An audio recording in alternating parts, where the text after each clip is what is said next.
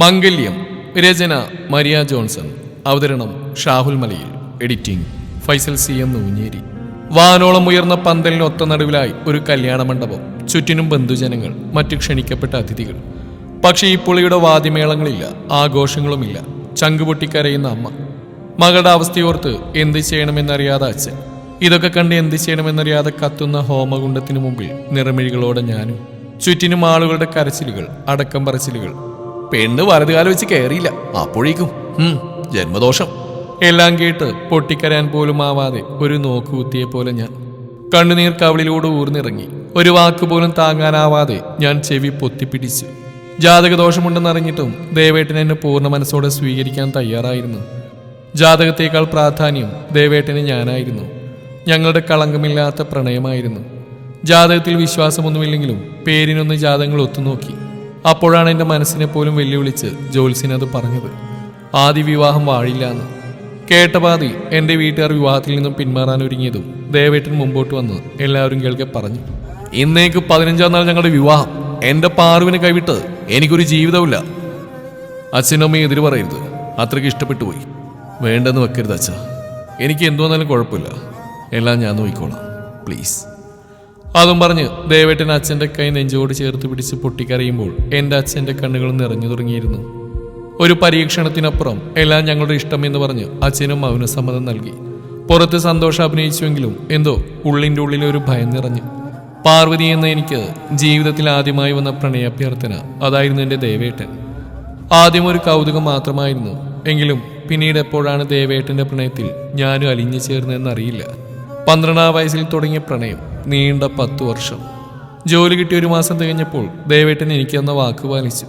ദേവേട്ടൻ അച്ഛനെയും അമ്മയും കൂട്ടി എൻ്റെ വീട്ടിലേക്ക് പെണ്ണ് ചോദിക്കാൻ വന്നു. ദേവേട്ടൻ ഒറ്റ മകനായിരുന്നു.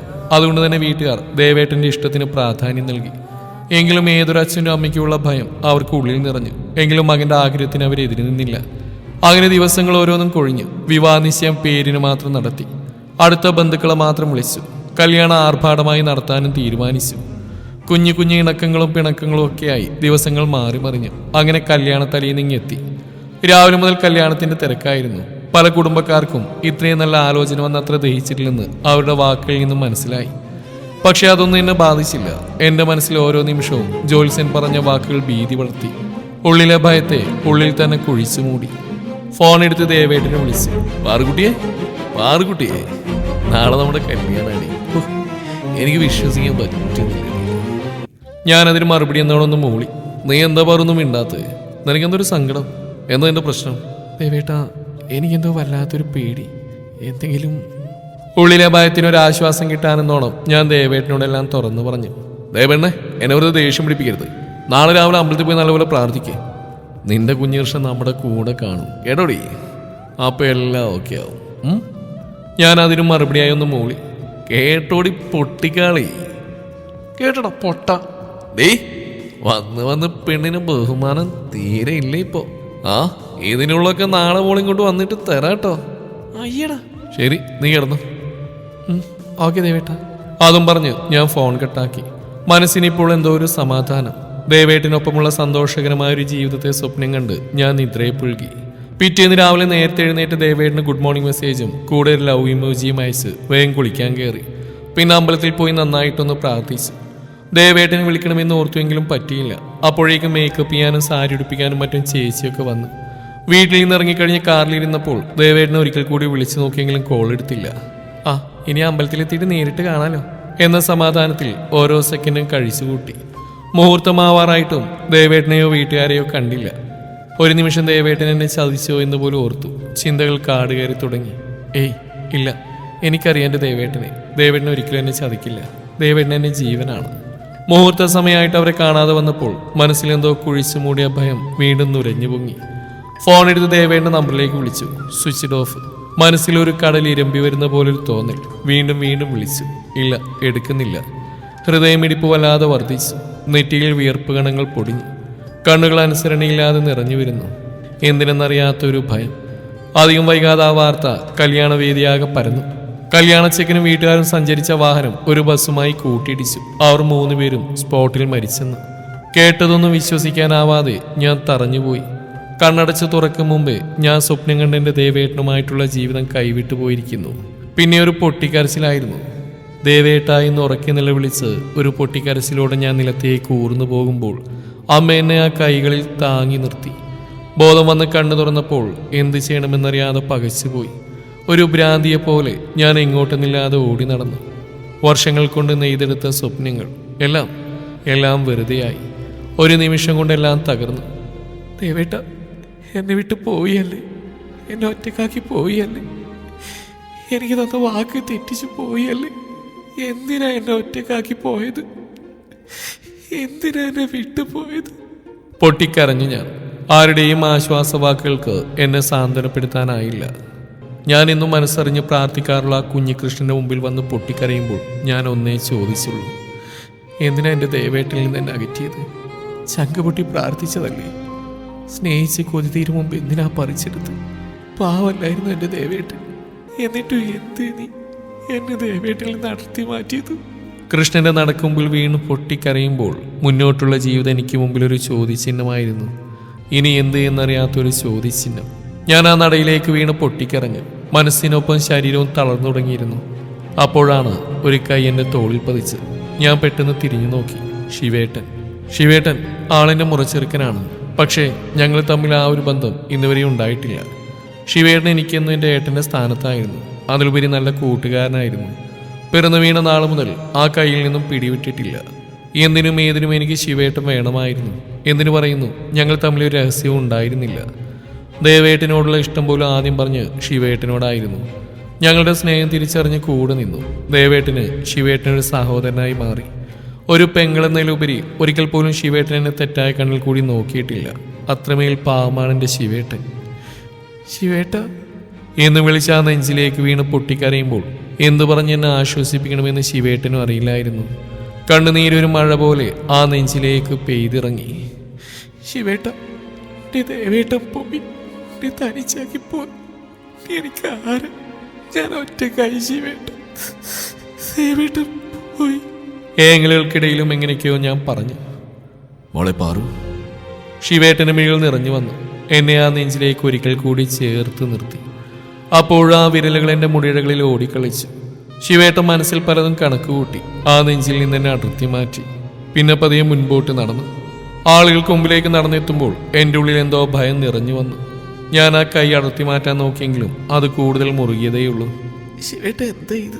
കൈവിട്, എല്ലാവരും നോക്കുന്നു.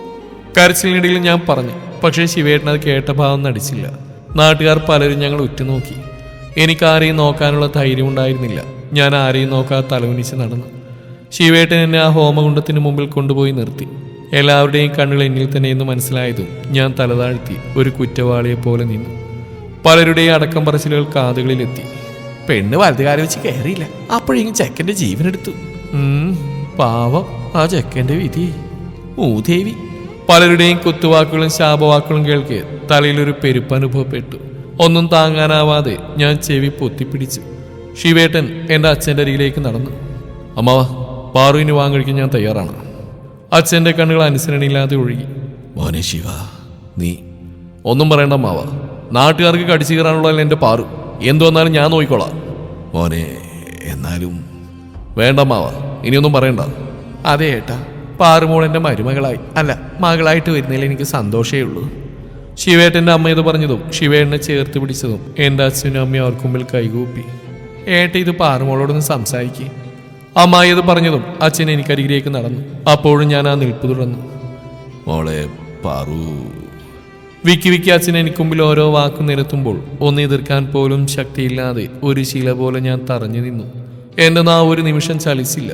എന്നിൽ നിന്നൊരു എതിർപ്പും കാണാതെ വന്നുകൊണ്ടാവും അച്ഛൻ ശിവേട്ടനോട് സമ്മതം അറിയിച്ച്. പക്ഷെ അച്ഛൻ അറിഞ്ഞില്ല, അല്ല ആരും അറിഞ്ഞില്ല. ഒന്ന് പൊട്ടിക്കരയാൻ പോലും ആവുന്നില്ലാതെ എൻ്റെ മനസ്സ് ദേവേട്ടനെ തേടി പായുകയാണെന്ന്. കണ്ണടച്ച് തുറക്കും മുമ്പ് അതേ ഹോമകുണ്ടത്തെ സാക്ഷിയാക്കി എൻ്റെ കഴുത്തിൽ ശിവേട്ടൻ താലി ചാർത്തി. എന്താണ് എനിക്ക് ചുറ്റും നടക്കുന്നതെന്ന് പോലും മനസ്സിലാക്കാൻ എനിക്ക് സാധിച്ചില്ല. ഒരു തുള്ളി കണ്ണുനീർ പോലും പൊടിയാതിരുന്ന് എന്നെ അത്ഭുതപ്പെടുത്തി. ഞാൻ ആഗ്രഹിച്ച ഈശ്വരൻ തട്ടിപ്പറിച്ചു. എന്നിട്ട് ഇത്രയും നാൾ കൂടെപ്പിറപ്പിനെ പോലെ കണ്ട ആളെ ഭർത്താവായി കാണേണ്ട എൻ്റെ അവസ്ഥ. വിധിയാണ്, എല്ലാം വിധിയാണ്. ആദ്യ രാത്രി മുറിയിലേക്ക് കയറി നിറഞ്ഞ മിഴികളോടെ ശിവേട്ടന്റെ കാലിലേക്ക് വീണ് പൊട്ടിക്കരയുമ്പോൾ ശിവേട്ടൻ ഒന്നേ പറഞ്ഞുള്ളൂ, പറു കരയാതെ. നിനക്കിത് അംഗീകരിക്കാൻ പ്രയാസമാണെന്നറിയാം, പക്ഷെ അംഗീകരിച്ചേ മതിയാവൂ. ഇതാണ് വിധി. മാറാൻ ശ്രമിക്കുക, പുതിയ ജീവിതത്തോട് പൊരുത്തപ്പെടാൻ ശ്രമിക്കുക. ശിവേട്ടൻ അതും പറഞ്ഞ് എന്നെ പിടിച്ച് എഴുന്നേൽപ്പിച്ച് കട്ടിലേക്ക് ഇരുത്തി. പാറു, നിന്നെ ഒരിക്കൽ പോലും ഞാൻ എൻ്റെ പെണ്ണായി കരുതിയിട്ടില്ല. ഇന്ന് നിന്റെ അച്ഛൻ്റെ അമ്മയുടെ അവസ്ഥ കണ്ടപ്പോൾ, നാട്ടുകാരുടെ ഓരോ കുത്തുവാക്കും പേറി നീ നിൽക്കുന്ന കണ്ടപ്പോൾ എനിക്ക് സഹിച്ചില്ല. മറ്റൊരു വഴിയും എനിക്കപ്പോൾ തോന്നിയില്ല. ക്ഷമിക്കണം, നീ കിടന്നോളൂ. അതും പറഞ്ഞ് ശിവേട്ടൻ ബെഡ്ഷീറ്റും തലയിണും എടുത്ത് പുറത്തേക്ക് നടന്നു. എന്നിൽ നിന്നൊരു മാറ്റം ശിവേട്ടൻ പ്രതീക്ഷിച്ചുവെങ്കിലും അതുണ്ടായില്ല. ദിവസങ്ങൾ ആഴ്ചകളിലേക്ക് വിട്ടുമാറി. എന്നിട്ടും എന്നിലൊരു മാറ്റം ഉടലെടുത്തില്ല. മാസങ്ങൾ പിന്നിട്ടു. എന്നിട്ടൊന്ന് മനസ്സോർന്ന് സംസാരിക്കാനോ യാഥാർത്ഥ്യത്തെ മനസ്സിലാക്കാനോ ഞാൻ ശ്രമിച്ചില്ല. എന്തിന്? ശിവേട്ടൻ ആ മുറിയിലുള്ളപ്പോൾ വസ്ത്രം മാറാൻ പോലും ഞാൻ മടിച്ചു. വീണ്ടും മാസങ്ങൾ പിന്നിട്ടു. ശിവേട്ടൻ എൻ്റെ അച്ഛനും അമ്മയ്ക്കും നല്ല മരുമകൻ, അല്ല മകനായി. എന്നിട്ടും ഞങ്ങളൊരു മുറിക്കുള്ളിൽ രണ്ട് ലോകങ്ങൾ ജീവിച്ചു. എപ്പോഴാണ് ശിവേട്ടനെ ഞാൻ സ്നേഹിച്ചു തുടങ്ങിയെന്നറിയില്ല. 1.5 വർഷം വേണ്ടി വന്നു എനിക്കൊന്ന് മനസ്സോർന്ന് സംസാരിക്കാൻ, ആ സ്നേഹം മനസ്സിലാക്കാൻ. എന്നിട്ടും ശിവേട്ടൻ കാത്തിരുന്നു. അന്ന് ആ രാത്രി ശിവേട്ടൻ എന്നിലേക്ക് അലിഞ്ഞു ചേരുമ്പോൾ ആ സ്നേഹത്തിൽ ഞാനും അടിമപ്പെട്ടു പോയിരുന്നു. ഇണപിരിയാത്ത നാഗങ്ങളെപ്പോൾ ഞങ്ങൾ പ്രണയിച്ചു. ഇരുമയും ഒന്നായി ചേർന്ന ആ രാത്രി ഞങ്ങളുടെ ഒത്തുചേരലിന് സാക്ഷിയായി മഴ തകർത്ത് പെയ്യുന്നുണ്ടായിരുന്നു. ആ മഴയിലും എൻ്റെ ശരീരം ചുട്ടുപൊള്ളുന്ന പോലെ തോന്നി. അങ്ങനെ ഇത്രയും നാൾ ഞാൻ മനസ്സിലാക്കാതെ പോയ സ്നേഹത്തിനെ ഞാൻ നിറഞ്ഞ മനസ്സോടെ സ്വീകരിച്ചു. അവിടെ തുടങ്ങിയായിരുന്നു ഞങ്ങളുടെ പ്രണയം. ആര് കണ്ടാലും അസൂയയോടെ നോക്കുന്ന രീതിയിൽ ഞങ്ങൾ പ്രണയിച്ചു. ശിവേട്ടൻ്റെ അമ്മ മരുമകളായി, അല്ല സ്വന്തം മകളെപ്പോലെ എന്നെ സ്നേഹിച്ചു. എൻ്റെയും ശിവേട്ടൻ്റെയും പ്രണയത്തിന് സാക്ഷിയായി ആദ്യത്തെ പൂമുട്ടൻ്റെ ഉള്ളിൽ വിരിഞ്ഞു. വീട്ടിലന്നൊരു ഉത്സവമായിരുന്നു. മാസങ്ങൾക്കിപ്പുറം ഞങ്ങളുടെ പൊന്നുമോളെ ഈ കയ്യിലേക്ക് ഏറ്റുവാങ്ങുമ്പോൾ എൻ്റെ കണ്ണുകൾ നിറഞ്ഞു വന്നു. സ്വാതി, ഞങ്ങളുടെ പീലിമോൾ. പീലിക്ക് 4 വയസ്സുള്ളപ്പോൾ ഞങ്ങൾക്കൊരു പൊന്നുമോൻ കൂടി പിറന്നു, ഞങ്ങളുടെ ദേവൻ. വീണ്ടും 3 വർഷങ്ങൾക്കിപ്പുറം ഞാൻ വീണ്ടും അമ്മയായി, എൻ്റെ കണ്ണൻ്റെ അമ്മ. എത്ര പെട്ടെന്നാണ് നാളുകൾ കടന്നുപോയത്. വർഷങ്ങൾക്കിപ്പുറം ഇന്ന് ശിവേട്ടനോട് ചേർന്ന് ആ നെഞ്ചിൽ തലയായിച്ച് കിടക്കുമ്പോൾ എന്തിനെന്നില്ലാതെ കണ്ണു നിറഞ്ഞു. എൻ്റെ കുഞ്ഞികൃഷ്ണനോട് ഒരുപാട് നന്ദി പറഞ്ഞു. ശിവേട്ടനും മക്കൾക്കൊപ്പം നല്ലൊരു ജീവിതം എനിക്ക് നൽകിയതിന്.